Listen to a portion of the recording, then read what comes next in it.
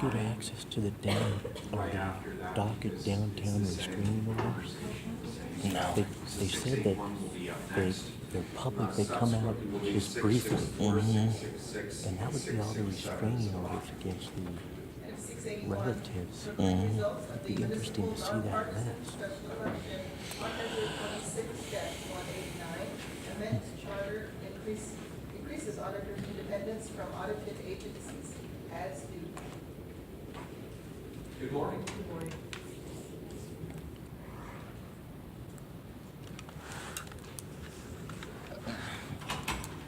There it is.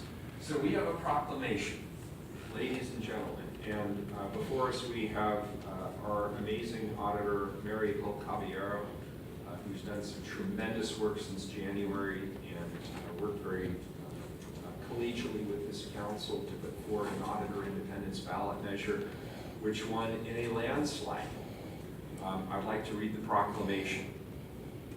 Whereas the council of the city of Portland referred to the voters of the city at the municipal nonpartisan special election held on May 16, 2017, a measure with the ballot title caption, amends charter, increases auditors' independence from audited agencies, adds duty. And such measure was designated on the ballot as measure 26-189. And according to the official canvass, 108,068 votes were cast in favor of said measure, and only 16,991 were cast against said measure. Now, therefore, it is hereby proclaimed by the undersigned mayor of the city of Portland that the measure with the ballot title caption amends charter, increases auditors' independence from the audited agencies, adds duty, has been enacted and is in effect. Dated at Portland, Oregon, this 14th day of June, 2017. Thank you, Auditor. I don't know if you have comments you'd like to share. I'd like to take the opportunity to thank the council for referring this item to the ballot. I think it is an important expression of your commitment to accountability and having a strong auditor's office, and I very much appreciated that. And I also want to thank the voters for embracing the measure. And I have to, in advance, thank the staff in my office and the Management Services Division who are going to take the lead in implementing these changes. And I just very much appreciate your support. Thank you. Thank you. And I don't know if there's any other comments or Mayor, I just want to make two quick comments. The first is, Auditor, we are going to conduct an investigation and determine why 16,991 people voted no. We'll be I'd be interested in the answer. I'd be looking for a full audit on that.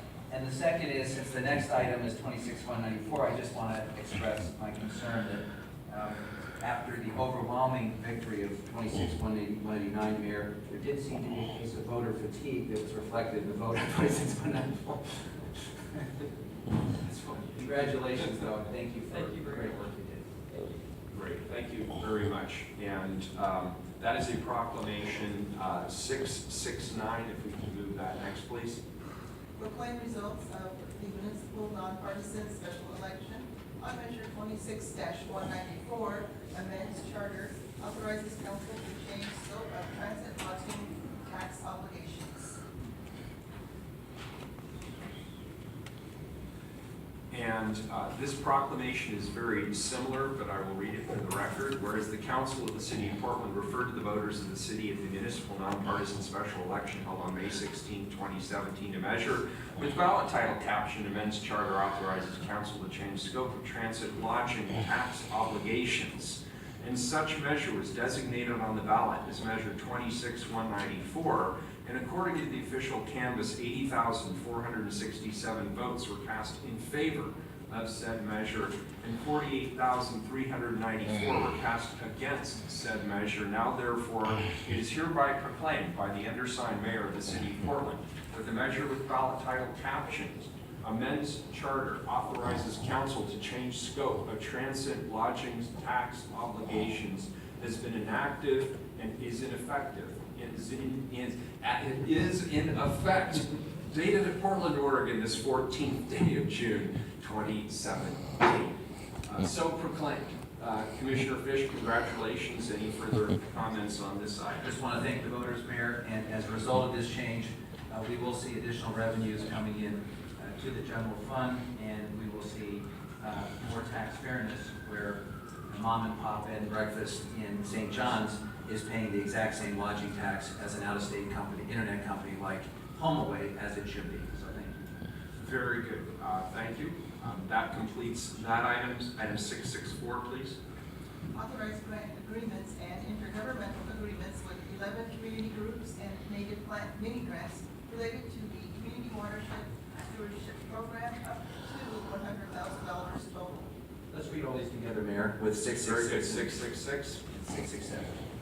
666, authorize grant agreement up to $73,000 in fiscal year 17-18 to Southwest Neighborhoods, Inc. to provide outreach, technical assistance, and community involvement for watershed projects in Southwest sub-watersheds. And 667, please. Authorize 5-year contract with the Columbia Slough Watershed Council for $255,000 for Columbia Slough-related education and stewardship activities.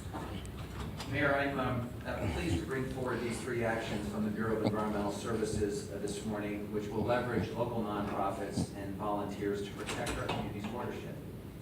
The first item, Council Item 664, is part of the Community Watershed Stewardship Program, which provides mini grants to support activities like natural area revegetation, environmental education, and watershed stewardship. As we will hear today, grantees include Verdi, which will be working with the Columbia Slough Watershed Council, Habitat for Humanity, and homeowners to install rain gardens. DPAVE, which will partner with the Ascension Catholic Church Congregation and Elemental Technologies to depave a church parking lot. And the National Indian Parent Information Council, which will collaborate with the Johnson Creek Watershed Council and Portland Parks and Recreation to engage youth in restoration projects.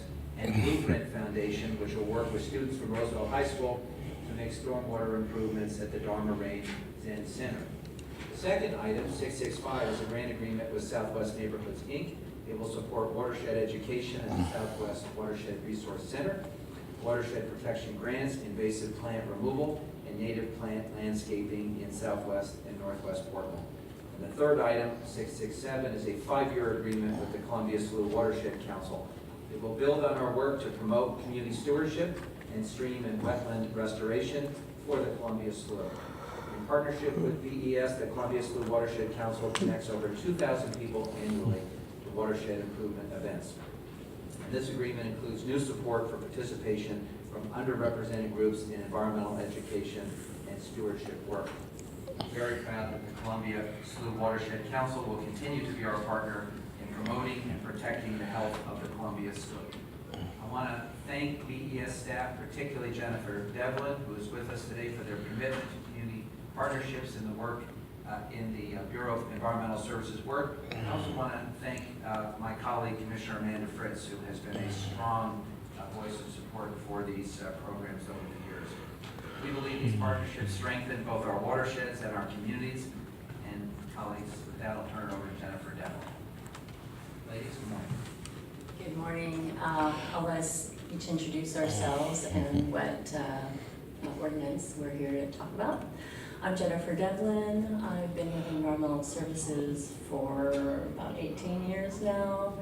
And I'll be able to talk about and answer questions about the Columbia Slough Watershed Council ordinance. Good morning. My name is Robin Sanchez, and I'm a Portland State student, coordinator of the Community Watershed Stewardship Program. I'm part of the Indigenous Studies program at Columbia State. Hi, my name is Becky Tilson. I'm with the Westside Watershed team at VES, and I can answer any questions you might have about the agreement with Southwest Neighborhoods. Let me just say that even though we're jammed today, we pulled a couple of these from consent because we wanted to celebrate the great work of these partnerships. And I'll turn it over to Commissioner Fritz. I was just reminiscing myself because I think I got one of the first grants in 1995 when Patrice Mango and Ivy Francis were in Bureau of Environmental Services. And that was kind of another step in my progression to get here, is realizing that good things can be done by community members in partnership with city government. Catch you later. I'll probably be back at 3 on the autonomous. So thank you They're very gonna much drag for these other doing things the out. vision of You this think so? amazing Oh, yeah, that's what they do. program. But you'll be able to talk on the Red I Cross want to probably follow in the it next up 15 with, minutes. since the Portland building staff are all moving, it is up to staff that are here now to go through all those grants and put the final reports into long-term storage. And your grant report is really a nice one, I have to say. Fred, stand and testify. It's not because it's taking up space in my house, I don't want to throw it away. Yes. Very good, thank you. Is there any public testimony on item 664, 666, or 667? So, Mayor, the second readings are just 666 and 667. Yeah, that's correct. That's correct. Is there any, that's correct. Is there any public testimony on 664? I have a sign-up sheet for both items. Is there anybody who wants to testify? Seeing none, item 6, any colleagues, any further discussion on 664? It's a non-emergency first reading of an ordinance. It moves to second reading. Please call the roll on 666. Fish. We're very proud of these partnerships and grateful to the council for supporting them, and want to thank all of our invited testimony this morning. Aye. Saltzman. These are great partnerships and really help improve our community. So thank you, Commissioner Fish. Aye. Daly. Aye. Fritz. This partnership with Southwest Neighbourhoods Incorporated recognises that neighbourhood coalitions are the experts in getting messages out to their communities within their geographic areas and partnering with many different ethnic communities as well. So very much appreciate your work and that's your predecessors on this front. And thanks to the Bureau of Environmental Services who've realised very early on that having the community do the outreach is a good way to get things done. Aye. Weaver. Aye. The grant adopted. The ordinance is accepted. Thank you. Please call the roll on 667. Fish. I want to thank all the team members at BES, particularly Jennifer Devlin, for their great work in overseeing these programs. Aye. Saltzman. Aye. Daly. Aye. Fritz. Aye. Weaver. Aye, the ordinance is adopted. So why don't we begin moving through the remainder, as much of the regular agenda as we can get through. I'd like to dispose of 685, 686 first, please. Can you call it 685, amend the boundary of the Northwest 20th Avenue Local Improvement District and include traffic signal replacement in the space, in the scope of improvements authorized for the Northwest 23rd Avenue and Northwest Bond Street and US Highway 30 intersection. Carla, please call the roll. Fish. Aye. Saltzman. Aye. Daly. Aye. Fritz. Aye. Weaver. Aye. The ordinance is adopted. Please call 686. Authorize the Bureau of Transportation to acquire certain permanent and temporary rights necessary for construction of the Northwest 20th Avenue LIT project through the exercise of the city's eminent domain authority. Please call the roll. Fish. Aye. Saltzman. Aye. Daly. Aye. Fritz. Aye. Weaver. Aye, the ordinance is adopted. Colleagues, item 692 is being, if you could call item 692. Amend relocation assistance regulations in affordable housing preservation and Portland renter protections. Colleagues, this item is going to be held over until July 12th unless there's an objection. Seeing no objection, that item is held over. With that, please call item 682. Authorize memorandum of understanding with the American Red Cross Corporation in emergency preparedness, response, and recovery. Good morning. Good morning.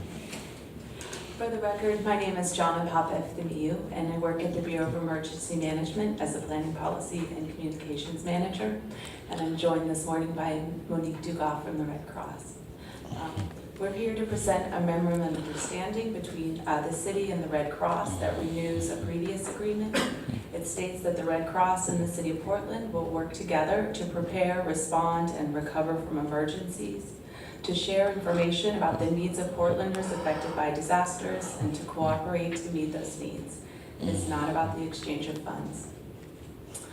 I work on call as a duty officer for PBEM, and from time to time, I get called to an incident where a fire or another event has left Portlanders in need of emergency shelter, and I am always so grateful for the very prompt, professional, and free resources of the Red Cross. As the planning manager at PBEM, I also participate in a countywide process to plan mass shelters that might be needed in a widespread event, such as an earthquake. And the Red Cross has also been an invaluable partner in that work. The expertise that they have built in our region over many years increases our collective capacity to respond to a major event. So with that, I'd like to turn it over to Monique. Thank you so much for that, Jonna. And thank you for the opportunity to speak with you today. Like Jonna said, my name is Monique Dugas, and I'm the Regional Director of Communications for the Red Cross. When there's a need for disaster relief services, service to members of the armed forces, international assistance like saving blood, and health and safety training, the Red Cross is there to help. Each year, the Red Cross helps more than 60,000 people, responds to help at more than 60,000 disasters across the nation. Our local volunteers board planes and travel to locations where they've never been to help people that they've never met. And in 2016, our local Red Cross in Oregon and Southwest Washington responded to approximately 650 local disasters, many of which were home fires, affecting ordinary families, and we came to help our neighbors in need. We provide shelter, food, and other assistance, sometimes something as simple as a toothbrush, to help that family get back on their feet. Many of these disasters do not make headlines. It's a responder coming in the middle of the night to help a family who has just lost everything. But a number of our responses do make headlines, and I'd like to share just a couple of those with you where the Red Cross has provided help and hope. In October 2016, Portland Fire and Rescue heroically evacuated a densely populated area of Northwest Portland. You're familiar with this story, the gas explosion in Northwest. Very shortly after the explosion, the Red Cross was there to help with public information needs, to establish a reception center for information, and to help people who had been affected to find a safe place to stay and get back on their feet. The Red Cross also helped to provide emergency assistance such as water and food to local first responders. In another incident over the winter, a large fire destroyed the Hotel Alder, a low-income residential property in downtown Portland. The Red Cross was there, mobilizing rapidly to help the people affected with providing food, shelter, prescription medications, health and mental health assistance for 2 weeks. And an example that did not make headlines. Last year, Jimmy, a Portland resident, woke up from a nap he was taking to his home engulfed in flames. The Red Cross had installed smoke alarms in his home the year prior and helped his family to put together a family evacuation plan. Jimmy credits the Red Cross with helping him know what to do and alerting him to the fire. Everyone in the home made it out safely. We also responded to help Jimmy immediately after the fire. He and his family were provided with a place to stay and other basic needs from the Red Cross. Every day, on average 3 times a day, the Red Cross responds to help a family who's lost their home in a fire, flood, wildfire, or windstorm. In fact, this past year, the Red Cross has responded to more than 100 disasters within the city of Portland, helping people in need with nowhere else to turn. I think you probably see a theme emerging. When there is a need, the Red Cross is there to help. And I would like to encourage you and ask you to please to adopt this ongoing memorandum of understanding with the Red Cross. We appreciate your time. Thank you. Thank you. All those any further questions at this time? Is there any public testimony on this matter? Yes, there are 4 people signed up. The first 3 are Robert West, Star Stoffer, and Veronica Bernay. Very good. And just out of curiosity, we had a number of items pulled from the consent agenda, items 670, 671, and 672. Are you able to testify on those matters as well? I am. Great, okay, so we'll take care of this one first. Thank you.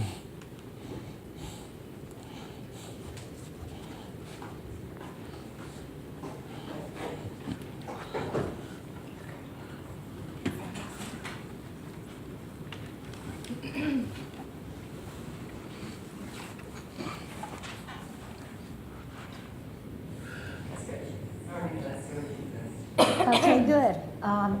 Good morning. It's lovely to see you all this morning. I am Veronica, Portland State University, graduate in the School of Public Health and Safety. My field is pediatric, having been a former pediatric nurse, intensive care unit nurse for over 10 years, I think, just like Amanda here, who is a nurse herself. I'm happy to be talking to you, Mayor Ted Wheeler. I know you're busy, and my email page is sometimes up and down. And of course, we support you. Continue to support your work as a nurse. We're grateful to have one on the board. Mayor Wheeler, we'll get to know one another further on, I know that.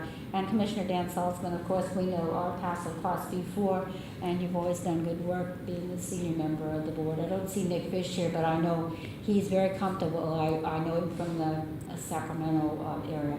Okay, Mrs. Fritz, you're an RN, I'm an LVN, local 250 San Francisco, and your background is unimpeachable. The mayor comes in with great colors and credits from his background as a political servant. And of course, Commissioner Dan Salzman is our little hero of the day, always one to pick up the ball when someone drops it. I think that whenever there's a fire, there's always a questionable area about what started what and when and where, and the Red Cross always comes through. Within 24 hours, they're always there, even though like under Rodney Rogers, within 24 hours, they should be to your doorstep to help out the families. So I support all this work unilaterally. I think the blood bank's a good idea, and I also think we could use some more snacks out there. I do have a food handler's license, and it is with the Red Cross. So National Red Cross knows I'm out here. Great Fund of 95. Kudos to you on the board for continuing to support our administration, even in these troubling political up and down times. Thank you. Yes, my name is Robert West. I'm with Family Police 911. I do support the Red Cross. The thing is sharing is not necessarily caring. And what I mean by that is when you start putting nonprofit organizations like the Red Cross and the city together, there's issues of people's personal confidentiality. Like for instance, if my house burnt down, I wouldn't want the city council or city bureaus to know what assistance I'm getting from the Red Cross or that I received any assistance. And that's my main concern, is that, you know, what then all of a sudden my information becomes public because all your documents are public record. And so my concern is the confidentiality with the assistance the Red Cross gives and what your guys' records would indicate. So that's what I wanted to bring up, is the confidentiality of the people that are receiving assistance from the Red Cross, because their assistance should be confidential. And if you put it with city stuff or city information, then all of a sudden it's not confidential. And you also have an issue with security, where people could look up records of women, children, and stuff like that on public record. And that I think the city should really look at. I don't think the city should be involved in the Red Cross stuff unless there can be a way of doing it where names and ages and stuff like that are not public. Thank you. Good afternoon at this point, Star Stopper. I have to concur with Bob. I'm concerned about the safety aspect as far as the partnership or cooperation, however you want to call it, with Red Cross. I understand that certain tragedies don't necessarily fall, and resources like that don't necessarily fall under HIPAA agreements. However, once again, with the political climate that we're in, people who have nefarious intent will utilize these records to target certain individuals who are receiving public assistance, whether it be from Red Cross or another public resource, especially if the city's in cooperation. Like he said, those records become public. As we know, The people are often targeted in the city at this point by way of public record searches. Their names are pulled out, their houses are gone to, they receive hate mail, they receive death threats for receiving services, for speaking out, for just being black or brown, especially if the Red Cross is assisting anybody who happens to be a person of color. Where does their privacy start and where does it end? And as far as the city's cooperation, exactly what does that entail? What amount of cooperation are we talking about here? Because that seems very vague. There is no real description of what cooperation means when the city is partnering with Red Cross. And I can't feel comfortable with a partnership, and neither should the rest of this community, if we don't fully understand everything that means and what comes with it, including possible and potential privacy invasion. Very good, thank you. Thank you, Mayor. We have Adam Moran Milan. Thank you. Good morning, good afternoon. I want to thank City Council members, commissioners, and you, Mr. Mayor. My name is Adam Murray Miller, and I am a full-time student.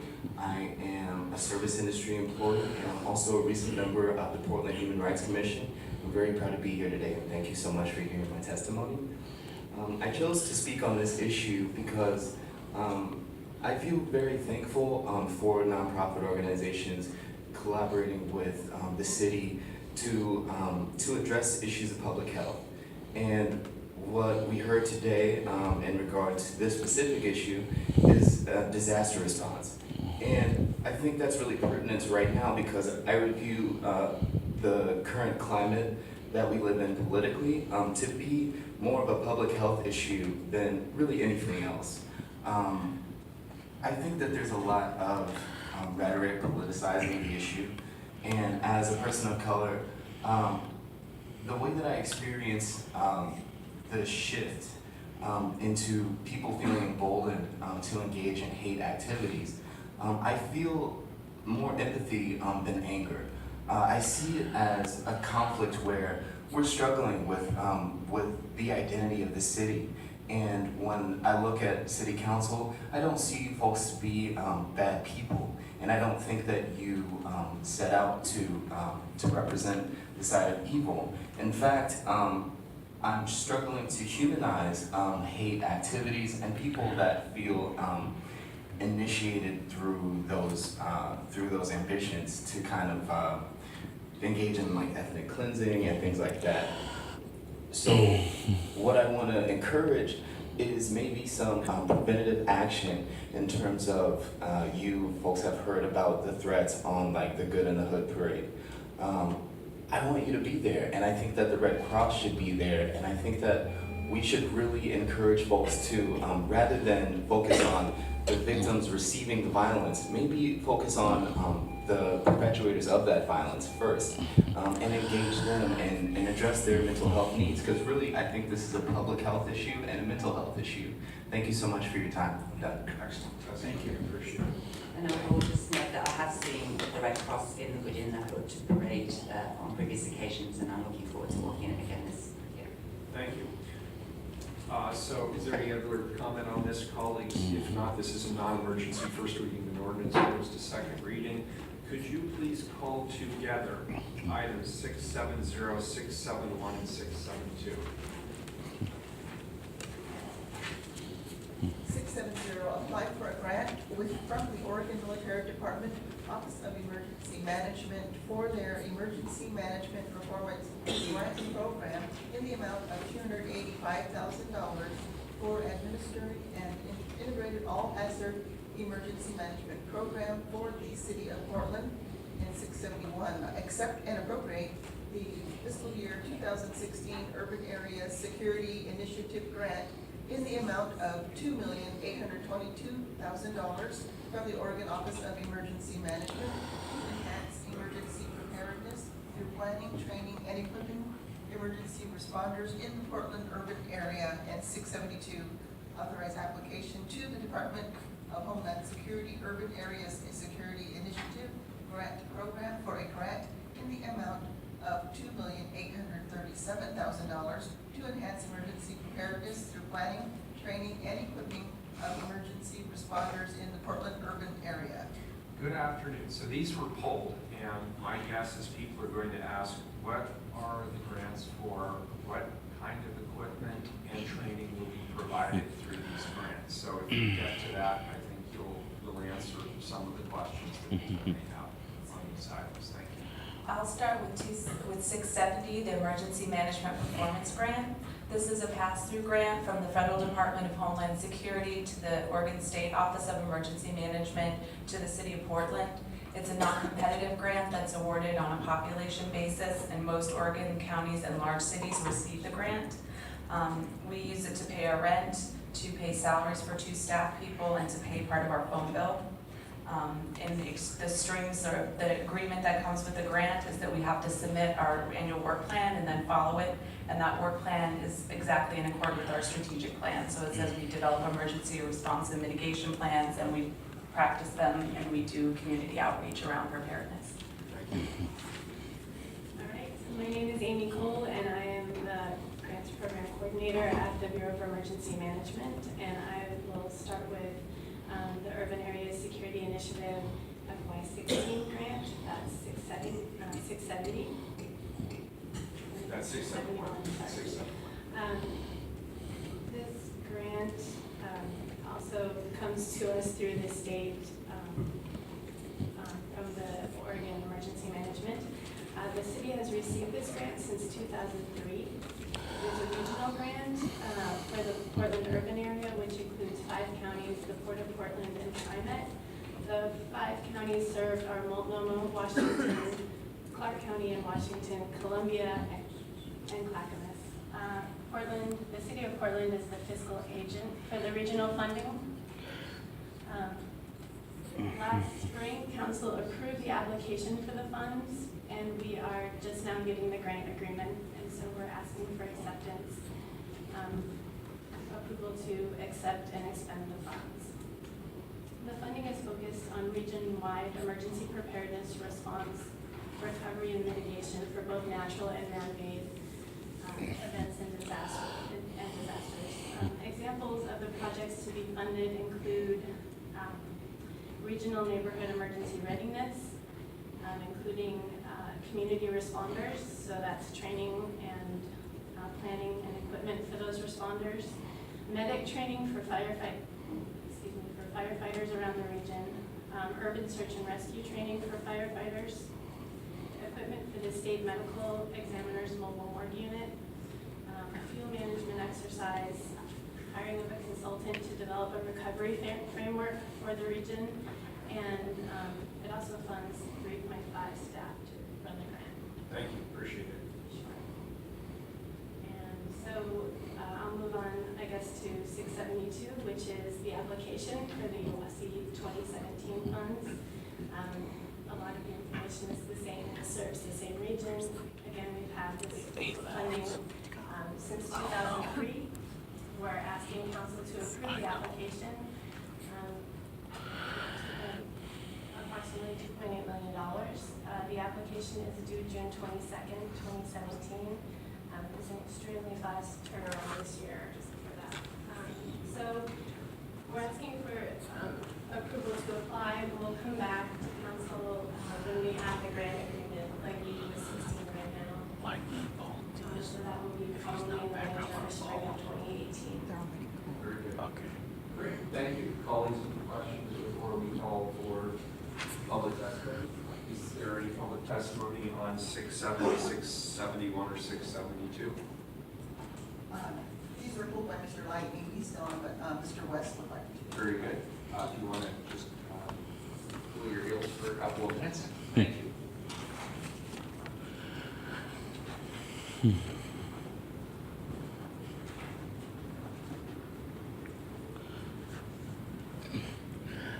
Yes, I'm against us receiving any money or equipment or anything like that from Homeland Security or the military. Regardless what the situation is, I can see a lot of it going toward police. And if you guys haven't noticed, the police have been extremely rough on protesters. They've been extremely vigilant on doing stuff against cop watchers. And my concern is if you start receiving federal money, what's the federal government going to ask for in return? The federal government doesn't just give money and say, okay, here you go.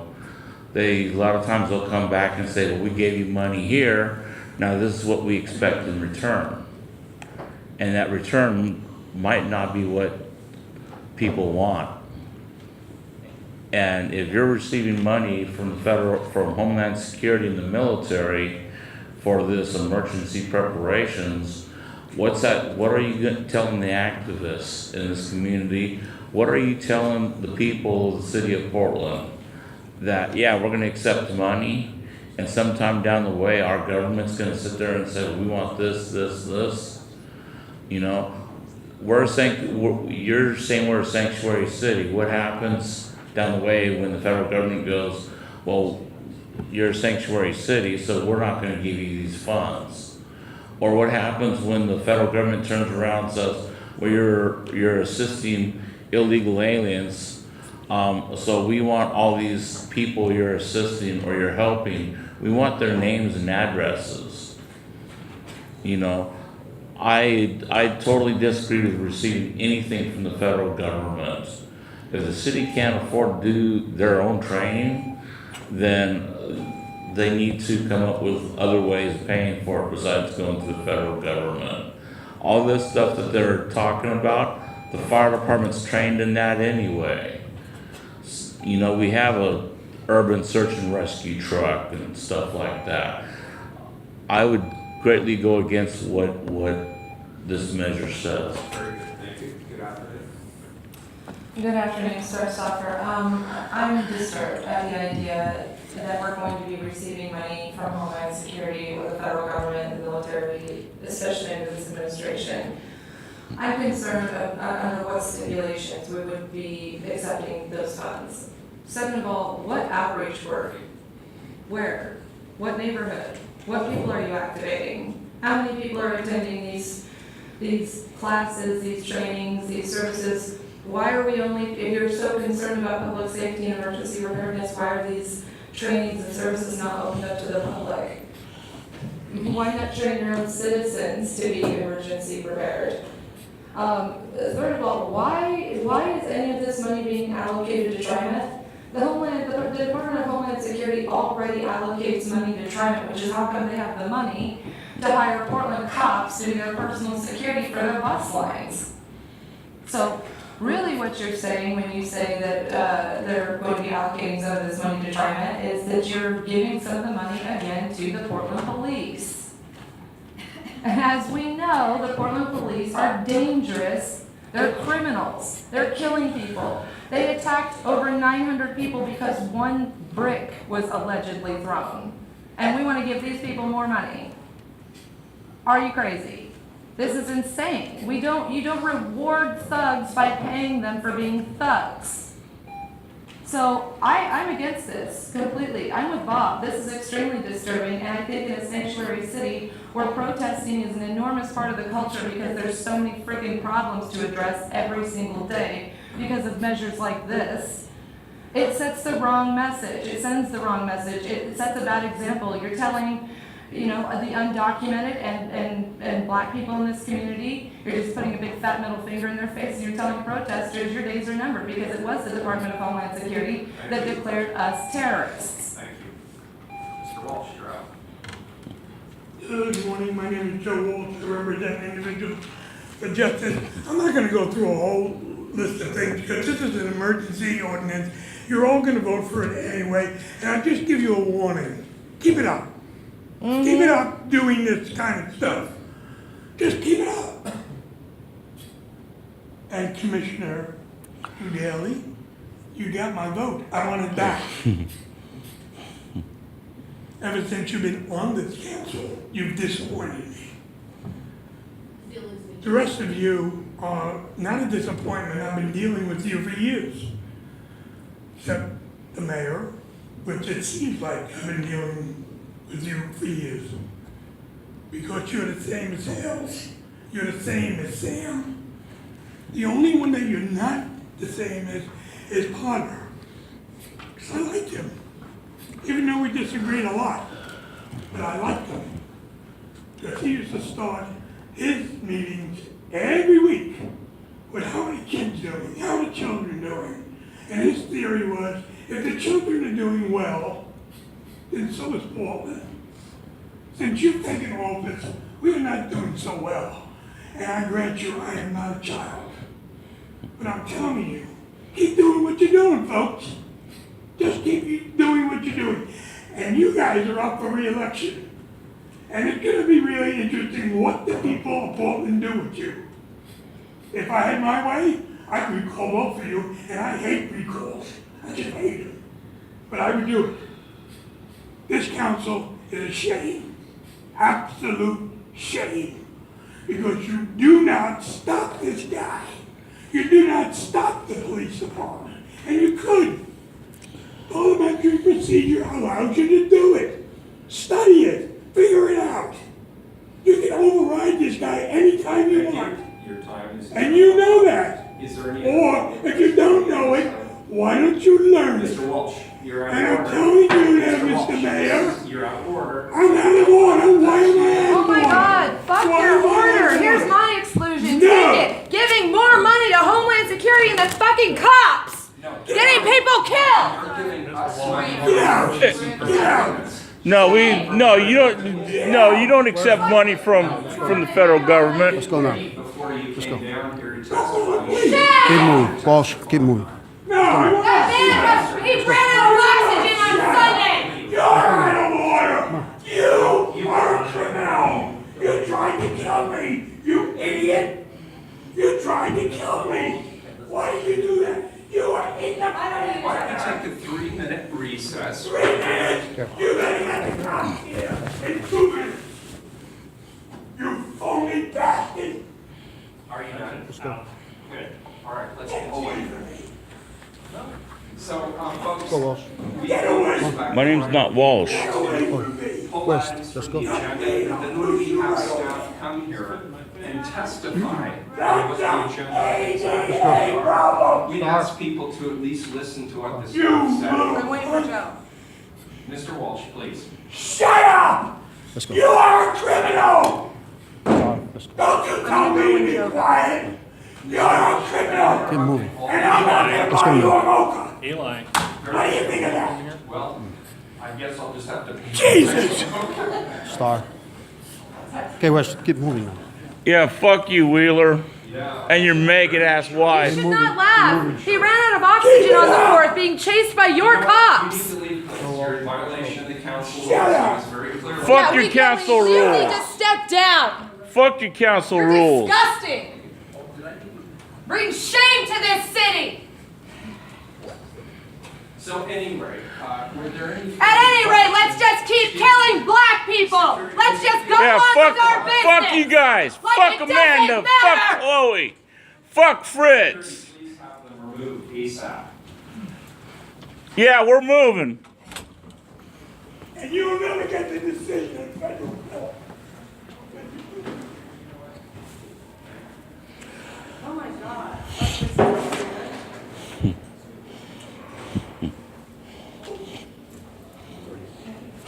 Fuck them, man. More money for TriMet? More money for a racist bus line! I didn't do anything on purpose. No, I didn't. Keep moving. I'm moving. Get I out. take some breaths. Get I out. need some breaths. Get I out. need a rest. Excuse me. I got freedom of movement here. Let's No. go.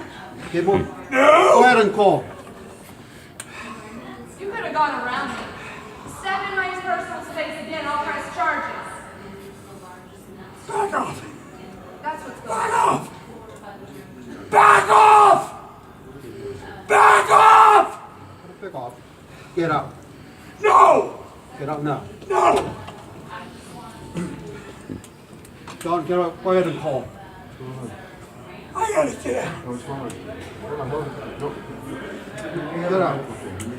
I gotta sit down. You as a security guard has no rights to touch Joe. You fucking freak! What did you want? He's going a complete fit. No, he's faking it. He's not faking it. He's not faking He's it. on oxygen. Okay. Out. I am out. Mike, that is they have been screaming I want to see what's going on with him. I'm not coming in. No one's I was threatening excluded from there, counsel. not here. But it's gotta come out.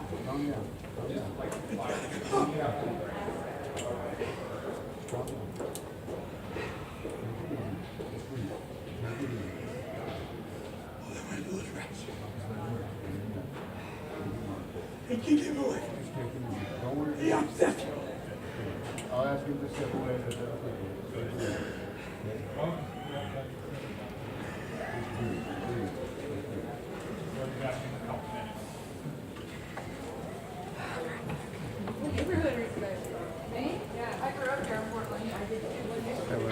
Let's go. I need to make sure Joe Walsh is all right. I seen you pushing on him. He's fine. He's fine. I don't know that. I seen you pushing on Joe Walsh. I did not. Yeah, you did. Can I talk to Mike? Who's Mike? That big security guard right there. Yeah, you can stay right there. Okay. You can't come in there. I'm not coming in. He just wouldn't let me sit down.